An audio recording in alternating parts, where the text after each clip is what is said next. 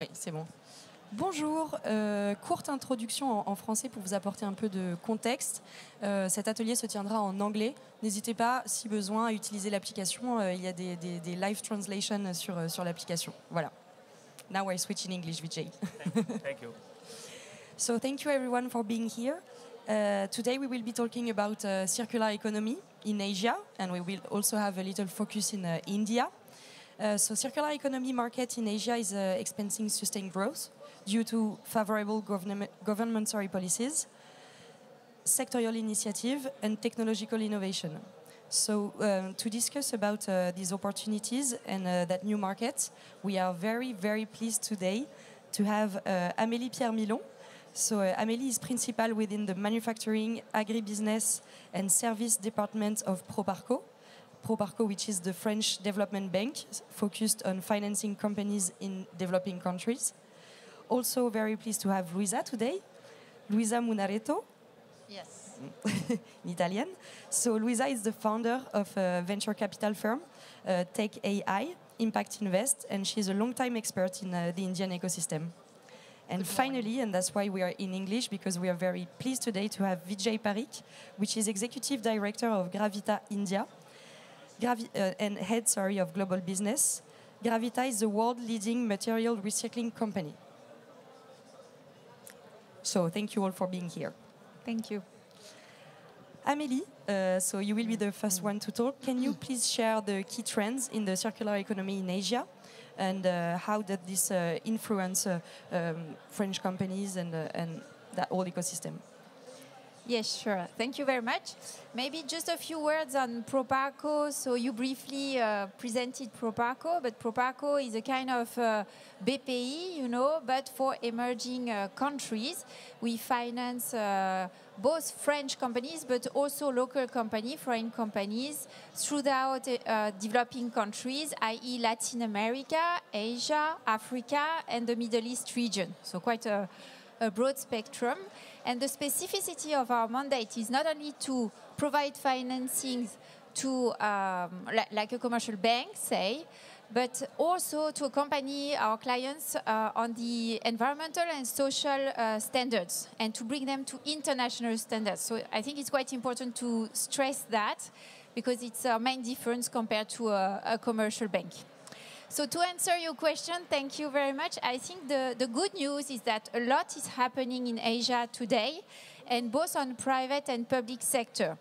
All our clients actually that we have in our portfolio are embracing the transition and really conscious about, what is at stake and that they need to do this transition. So very concretely with regard to our financings, the use of funds of our finances is directly impacted because a portion is always going to green capex. So we usually finance expansion of production capacities, but on top of that, there is always a portion that is dedicated to solar panels, to a wastewater treatment plant. So basically this has really a concrete impact today, and I think this is something important to stress. On the public side, we see also a lot of regulations coming, already in place for the past 5 to 10 years, but also coming now. For instance, Bangladesh is launching a regulation whereby in the next 5 to 10 years, a lot of the garment industry should transition from gas to solar panels for their own energy supply, for instance. We see a lot of regulation of collection of waste coming, of filtration of wastewater, and on transitioning towards green energy, so mainly solar panels. So that's the good news. I think in Asia, both the public and the private sector are embracing this transition and conscious about the importance of it. So to answer also the second question with regard to the how this should influence French businesses, I think the first thing is for those who still think that Asia lags behind, this should be a wake-up call because they are really into it and sometimes also visionary. They are not just following regulation coming, but sometimes they really do initiatives ahead of regulation. And the second point is really for those who are already really into it in France and are trying to do business in Asia and find, partners already understanding circular economy. I mean, this is really the place to go because and to do business with, because we have really good actors there. Thank you very much, Amélie. It's very nice to have a Proparco experience on this. Louisa, maybe, so we did talk about Asia, and that was nice to have that general vision. Maybe you can introduce more the subject about India. Yes, yes. So, good morning, ladies and gentlemen. Happy to be here and to share with Proparco and Gravita the perspective about the circular economy with a focus in India market. So in Asia, India is one of the largest countries in terms of population, and not only in terms of population, but also in terms of commitment and investment made in the space. So it's an area which should be considered with a great attention by the French companies, because there is a very important infrastructure of companies, of public support to develop these businesses, and I think that Vijay will focus on that area. Just to give you an overview, there is today at least 50 clean tech companies that could become unicorns in India in the clean tech and circular economic space, which has benefiting of funds and VC funds investments.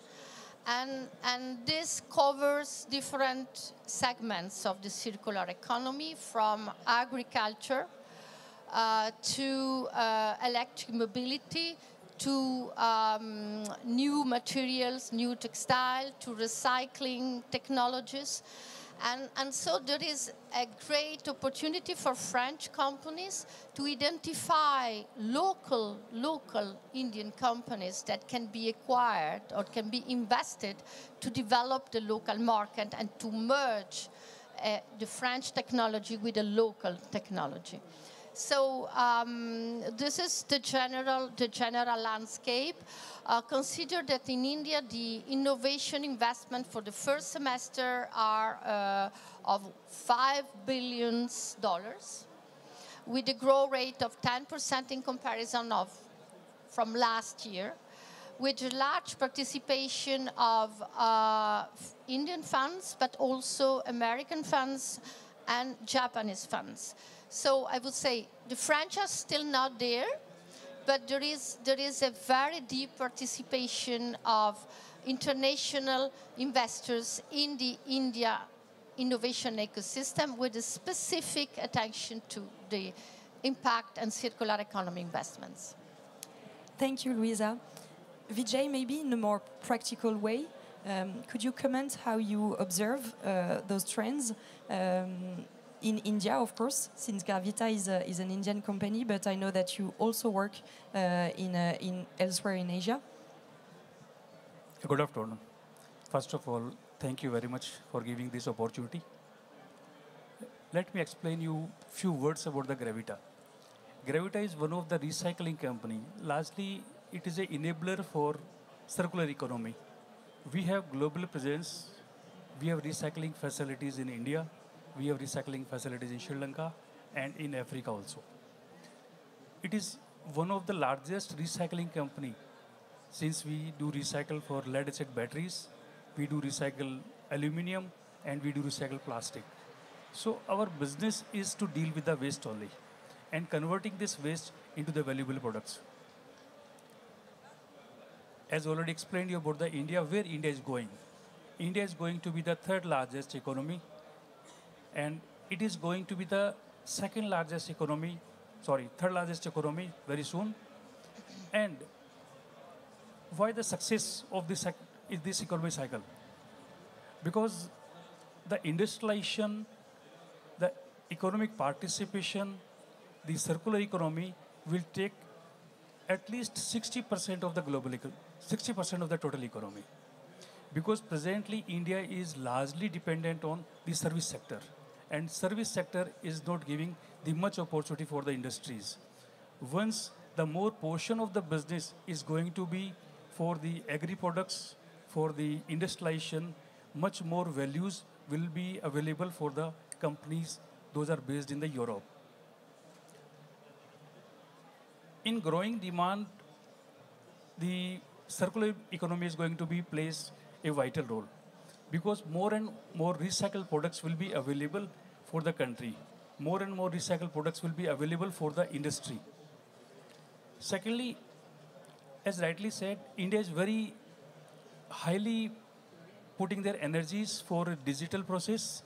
They are putting their investments into the waste recycling, the investments into the, other than waste recycling, they are putting also lots of energy for renewable energy, largely.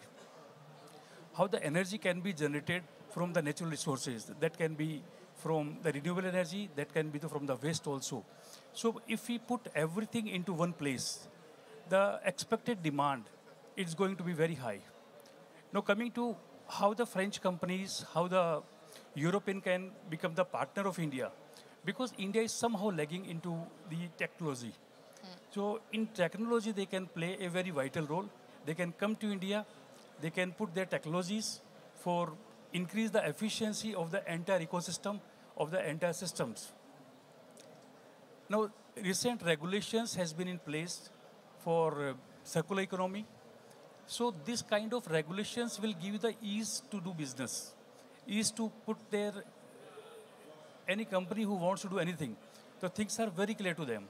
It's not like if we discuss about 20 years back of India, it's a huge difference between 20 years back and today's India.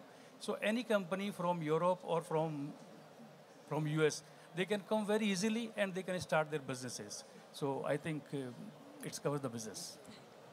Thank you, Vijay. Maybe, so you did talk about French companies. So maybe, Amélie, according to you, what would be the main challenges that could the French companies face when trying to engage in the circular economy in Asia? Sorry. Yeah, thank you. I think the first thing is obviously to have a project that is bankable, well structured. So sometimes we have projects coming of French entrepreneurs, but the project is too small. There is not sufficient equity, but that's the basic and not specific to Asia. One point in particular when French businesses are going abroad is obviously, and we always repeat that because it's a key investment criteria for us, is really finding a local partner, a powerful local partner that knows the regulation, that has a network there, understand the market dynamic. I think it's really important to stress that again, because sometimes we cannot finance a project because it does lack a local player, local partner. The second point, especially with regard to a circular economy, I'm thinking about the recycling industry, because we are particularly interested in those projects. So we are screening a lot in Asia, projects from entrepreneurs there. But one point of attention is really the collection of waste. When we do recycling, so obviously the raw material would be your waste. You waste in second-hand garment, for instance, in scrap steel, scrap steel. So the point is that here, how is done that collection? Who is doing it? Does that involve children? Or is it done in a health and safe way for the person collecting old batteries, for instance? So that's really something on which we are really careful, and that sometimes if this is not well structured enough, or whether that hasn't been enough, scrutinized, we will not go for the project, unfortunately. So this is really important.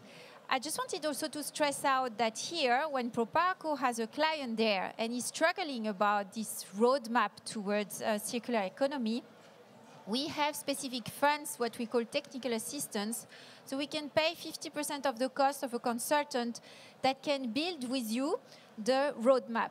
So this is something also where Proparco has a role to play, just to help in a company, because that transition is not easy to define, right? Yeah. May I comment and share, Pierre, what you are sharing about the GV partner, especially for India, and the experience that I had in previous investments or transactions, is that sometimes the question is, should we find a GV partner or should we find a successful company in India in which we can invest and become the majority shareholder? Is that what we have discussed in our session?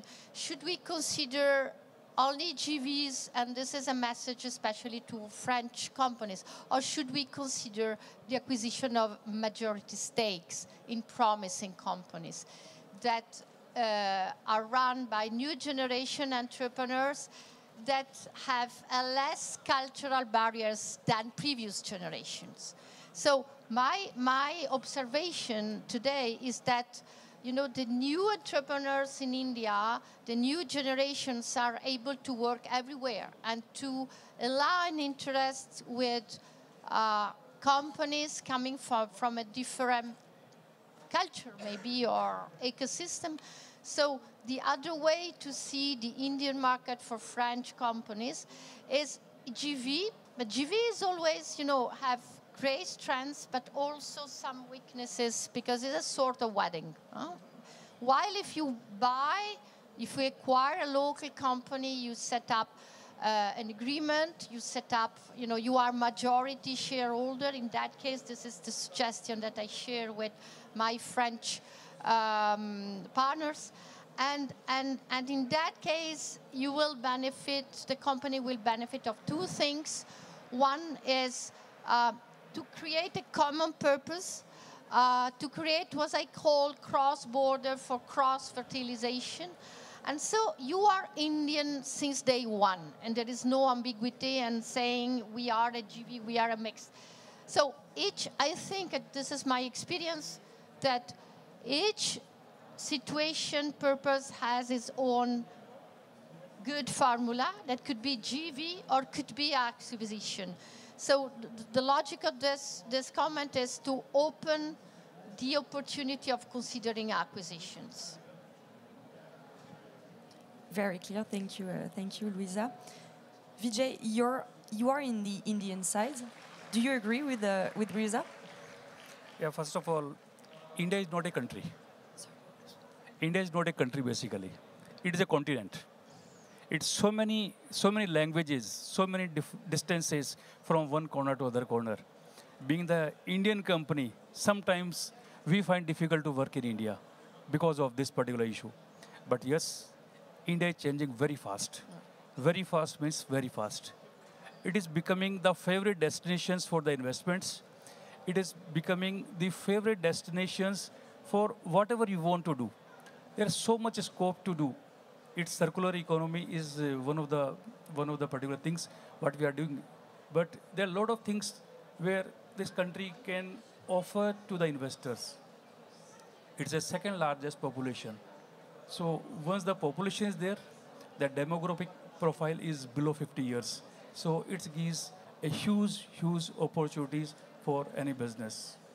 In case of circular economy, the vital role is the collection of the scrap, collection of the waste material. And you can estimate that from one corner of India to other corner of India, it is more than 5,000 kilometers. And material movement from one place to other place, it is very difficult, because at the end of the day, the companies, those are who in the business, they will look their profitability or the viability of the business also. So, like I will give the examples of Gravita. We have pan-India presence. We have our outfits in south part of India, north part of India, central part of India, and western part of India. So it will be very easy for us to work into the regional territories and then centralizing the entire operations. But let me tell you one thing. There is hardly any barriers to work over there. There is no entry barrier for that. the entry barrier might be the mindset of the people. Yes. Because at the end of the day, if we feel that it's a big country, then opportunities are creating a huge barrier. There is no barrier, in fact, in today's time. And it is the country which offers you the most convenient way of doing the business. So I think I answered my question that it's a favorite destination for doing your work. Huge, huge opportunities. Thank you, Vijay. Luisa seems to agree. Yes, absolutely. Is in that sense, you know, I start to do business in India in 2003 for as I discussed with Vijay before, for a very large family office. And then I start by my own, starting from 2010. And sincerely, my experience since the early days has always been positive. But when one thing is to consider the country by its own aspects and not to use our sunglasses as Europeans or Westerns. So we cannot find the same rules. We just need to understand how it works and how to adapt ourselves to that and how to create value in that ecosystem. Having said that, you know, there is a lot of stereotypes in France especially and Southern Europe in general due to the lack of experience maybe or a different historical background. But today for sure the digital economy gives us the opportunity to work alongside this market with the same practices that we can find in France. So the only point which is very important is to take time for the relationship and to be patient and not to, I would say, to be in the expectation of things are working immediately. And this is as in Europe as it, you know, so it's important to manage appropriately the time. Having said that, I think also to approach India with the right communities, with the right advisors, and I think that Proparco is one of the best for the French ecosystem. And then to work together and to find and to take time to find the right partner, the right target, and not to be, you know, I would say not to accelerate just to reach a target. This is very important. Time is key. I would like to add a few more things. Because in circular economy, India is the country who is using the natural resources to convert into the valuable products. And that is solar power, wind power. So solar power and wind power, it's a huge scope for the French companies or to the European companies. Secondly, the digitalization, what mentioned. Because India is the country where the digitalization process is much, much faster. It is the rate of digitalization is fastest into the world. So every life of the people, every part of the business, whether it's a circular economy or whether it's a non-circular economy, digitalization is playing a very vital role. It gives a huge transparency to the people, those who are looking for the investment. Yeah. Thank you, Vijay. Just maybe to reopen our focus to Asia and circular economy, of course. Amélie, what is the environmental and social impact? So for the moment, we didn't talk about social impact of adopting circular economy. And also that was an interesting conversation that we had. What role do French companies play in promoting this positive impact? So thank you for the question. So obviously the first obvious impact is regarding fighting pollution, reducing carbon emission, fighting climate change. I think that's obvious for everyone because some countries are really highly jeopardized, in particular Bangladesh. You know that 1/3 of the country is now jeopardized by climate change and potentially the sea level that is going to rise. The second point is optimizing resources. And I think to build a more sustainable world, we really need to optimize the use of what is available, but in limited quantity. So we're talking about fossil fuels, but we're talking also about water, gas. So this is quite something interested in the circular economy aspects. The third point, and you just touched on it, and I think it's quite important because we forget about it, is the social impact. Because we think a lot about the environment, but not so much about the social impact. First, we are creating an entire sector, circular economy, and this creates a lot of jobs. So that's the first, to my view, interesting aspect. The second is a question also of quality of living for people in various countries, i.e. fighting the risk of displaced population because they no longer can live where they have always lived. I think that's the first thing, because of increased tornadoes, rain, floods, etc. And we see that happening already now. So that's another point.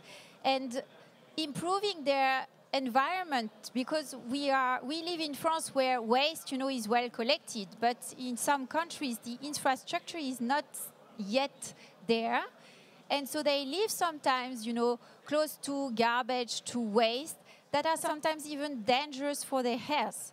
So this is something also in terms of social aspect that we wanted to point out.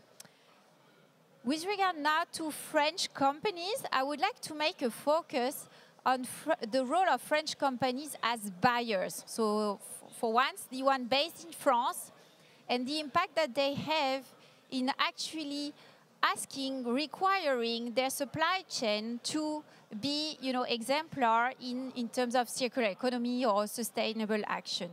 Because what we see today, and I'm doing a focus now, for instance, on the garment industry that I know quite well, the end consumer is now quite demanding. It wants a clean product, right? So what does H&M, Marks & Spencer, and a lot of those big brands? They are now pushing that back to their supply chain, asking them to be clean, so that actually it's a win-win situation for them. First, they can claim the supply chain is clean, and then the end consumer is actually happy. So now when the garment producers are coming to us, and when we try to put in place, as I was telling to you in the beginning, this social and environmental action plan, they are actually happy to do it because they know this is the way to go. They know that if they don't adapt, actually they won't be attracting buyers anymore and big brands. So it's really easy for us to work hand in hand, because they know that in terms of demand, this is where they need to go. And that's really exciting to see. Now, having said that, they shouldn't just require the supply chain to be exemplar, but they should accompany. And that's important, not just to push, the responsibility in the supply chain, but to be part of it. I was last week at the IFC Global Manufacturing Conference, and one question that was always coming back was, who bear the cost of the transition? Is it just us in Asia? Yeah. Or is it the end consumer? Is it maybe a little bit the big brands that want to claim that they have a clean supply chain? The answer is most probably everyone. But I just wanted to point out how it's virtuous, how we see the positive impact of at least prioritizing in your supply chain the best-in-class players, to say to them, okay, with you, you will be our preferred client, in case we decrease volumes, we will stick with you in any case, awarding them a platinum standard, gold standard, whatever. And that actually works. So that's what I wanted to say. Thank you. Maybe, Louisa, if you have something to add, because after that I would like maybe take this occasion to have both of you to talk about one of your flagship projects. But yes, Louisa, if you have something to add, would be nice. Yes, sure.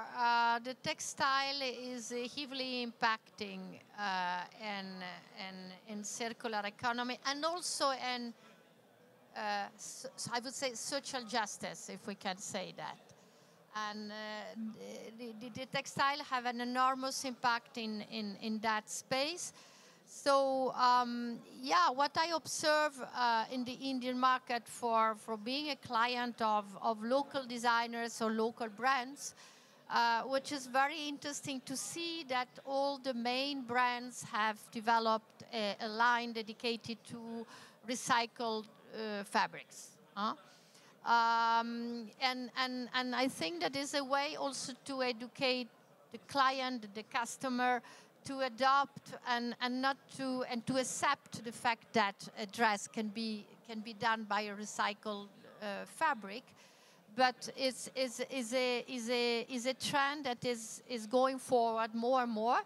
And just to make an example and to make tangible what I'm saying, for example, there is a brand in India founded by a lady which I love a lot, which is Anita Dongre. And Anita Dongre first developed different lines, but one is something that has been of impact since the beginning, named Grassroot. And Grassroot, since the beginning, is leveraging from the local villages' knowledge and ancestral knowledge, and now they are entering also in the recycling area. So this is to say that the textile sector is changing, but some brands since the beginning start with this consciousness. Like Gravita. In fact, in today's scenario, none of the world company cannot afford to lose in an opportunity. At the end of the day, business is business where opportunities are there. So it's a huge, huge opportunity, and entire ecosystem is supported to that.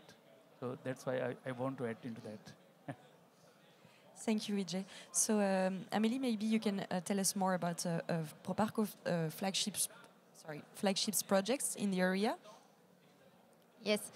Here I want to be brief because we have one of our flagship projects which is actually here, Gravita. So we want to leave the floor to Gravita to present their business. Maybe just again on the garment, for instance, supply chain. What is interesting is that we have some clients that are quite visionary, that are pushing now each and every actor to be transparent in terms of value generated at each step of the process, to actually have everyone on board, be transparent, and try to have this circular economy being, there at each step. And we think this is really inspiring. We're not even sure that in Europe there are, players that are putting that in place currently. And those players are sometimes even considering, relocating a small portion of their activity, obviously the high value portion, for instance, in France, for the French market, to reduce, carbon emission, to have this more sustainable textile industry. So I think that's really inspiring. But I leave the floor now to Gravita, which we are very proud to finance. Thank you. So again, questions are coming to Gravita only. So in fact, the DNA of Gravita is recycling. So this is the recent buzzword that's come into place, a circular economy. But we are in the recycling space since last more than 30 years, close to 30 years. We have presence in India, we have presence in Sri Lanka, and we have presence in Africa also. So it is not simply that we are collecting the waste and converting the products. But at the same time, let me tell you one thing, that collection of the waste and converting it to the best of the quality product, that also needs some sort of technology, some sort of efforts into that. So more than 60% of our revenue, it is coming from overseas market. Our products are exporting to US, our products are exporting to European market, to Southeast Asia. The countries, those are known for their quality consciousness. Other than European companies, might be Japanese companies, Korean companies. So we are well placed. We are well placed as far as quality questions are concerned. Third thing is that while converting waste to wealth and waste to valuable product, we are making sure that how we can protect the environment, how we can create the sustainability in our operations, how we can take care of the people, those who are working with us in terms of health of the people, safety of the people. So let me tell you one thing, that in this particular space, the one accreditation is known for that. It is the international-led associations accreditation. Most of the European companies, those who are into the recycling space, it is mandatory for them to get the accreditation. And Gravita India is the only Asian company who got accreditation from international-led association. So all the practices, what we are doing for recycling, all the technologies we have deployed for that, it is meeting the best of the standards. So not only we are converting waste to wealth, but we are also protecting the environment. We are making sure that whatever energies we are using, so it should be, we are getting from solar power. So God of Sun is giving the energy for running our plants. So although it's available at the free of cost, but some technology has to deploy into that. And second, not but the last, it is the low-cost producer. Whatever lead or whatever material we are recovering from the waste, it is the lowest cost into the space at which we are doing. Thank you, Vijay. Maybe we can just let Louisa comment on this if you have something to say, and that, then maybe let a chance if we have some questions. Yes, what Vijay was saying about the importance of circular economy and what is happening in the ecosystem, I think that there is a growing sensibility and commitment from the new generation, and also from the entrepreneurial families in India, which are today more and more conscious about the importance of taking care of the environment and social impact. And I make an example. It exists in India, what is called the India Plastic Pact, that has been set up by three important local business families, industrialists, which are pulling different groups, from American groups to Japanese groups. There is no French groups for the moment. But it's a very important association which has 4 targets in terms of plastic recycling and use of recycling. And this is a tangible commitment of how the ecosystem is setting up actions to be really a key driver of the climate change challenge. Thank you, Louisa. And maybe just I take the opportunity to have Proparco's last word, if you have something to add, or we can just go to the questions. Yeah, I think very briefly, I think if we're talking about India or Asia as a whole, what is very important is the image at the end of the day, is if Asia embraces the circular economy, I mean, this will ultimately attract investors. We are all the commercial development banks, but also the development bank, the commercial banks, private equity funds. We all are trying to have green capex financing, to flag that obviously on our developmental report, etc. So if countries, understand that they need to be exemplar, then in terms of image, you are best in class, and then you attract a lot of investment, which boosts the economy. So definitely, I guess this is the way to go. Yes. Thank you, Amélie. Do we have any questions? No? So we are lucky because we can continue. So, yeah, I have a question to the public. So can you do that? Do you have someone who have experience in considering circular economy projects in India, or working in the textile sector vertical in India, for example, leveraging recycled plastic? No. Okay, so we can continue. Yeah, I just want to say one thing, that recently the World Cup, Football World Cup, all the T-shirts were made from the recycled plastic only. And secondly, in last Olympics, whatever medals has been distributed by Japanese, gold medal, silver medal, and bronze medal, were from the secondary source of the metals only. Sorry. I make a mistake. Sorry. Oh, sorry, Vijay. So, Luisa, you wanted to say something? No. There is just a misleading about timing, but please go ahead. I think Vijay finished. Okay. Yeah, so I'm back to this large initiative of India Plastic Pact. I think that this is an initiative, is an institution with whom I had the opportunity to collaborate because I was in a strategic board of a French company that which is managing and designing a technology dedicated to the transformation of plastic bottles into textile.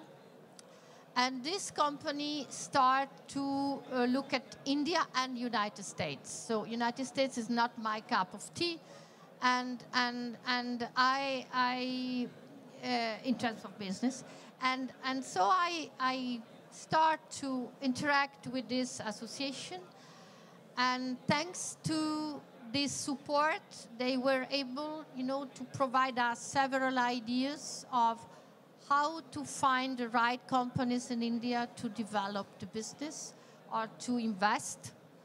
So what I'm saying is that the ecosystem is witnessing initiatives that, even if they have 2-3 years of existence, they can be very reactive, and they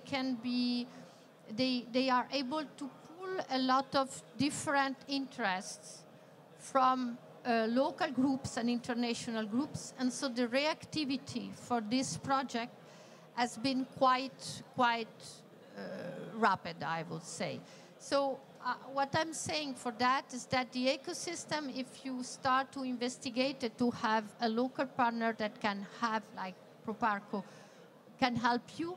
You have a lot of local players that will help you to find the best solution for your own challenges. Maybe just one thing to add also is that when we talk about circular economy, it's not so given today, because there's still some challenge in terms of technology. For instance, you were touching on recycling garments, for instance. That's actually not that easy, because you need to sort out, the cotton out of the polyester and so on. So each material needs to be taken, one and one. And so actually, the companies are now developing the technology and testing the technology. So a lot is happening now, but I just wanted to stress that it's not like everything is there, and we just need to roll out. Actually, we need still some research in recycling, for instance, material, or converting, for instance, we talk a lot about converting, for instance, in cement from gas to hydrogen. Actually, there's still some technological issue, like it's not doable yet. So what's exciting is also that there are still, technology to be developed, etc. And when we talk to our clients, they are there, especially in emerging countries. And I'm sure in India, there's so many talents. Because India, as you were stressing out, it's so big, and they have so many good engineer schools and business schools that I'm sure a lot of technology will emerge, in the next 5 to 10 years to address the technological challenges of circular economy. Yeah, I think we have taken a lot of things to the Mother Earth, so it's time to give it to back. Thank you, Vijay. Thank you again, the three of you, for being here and for this interesting discussion. I would also like to thank Proparco because you were the leader on this workshop, and yes, it was very great to discuss with you. Thank you. Thank you very much. Thank you. Thank you.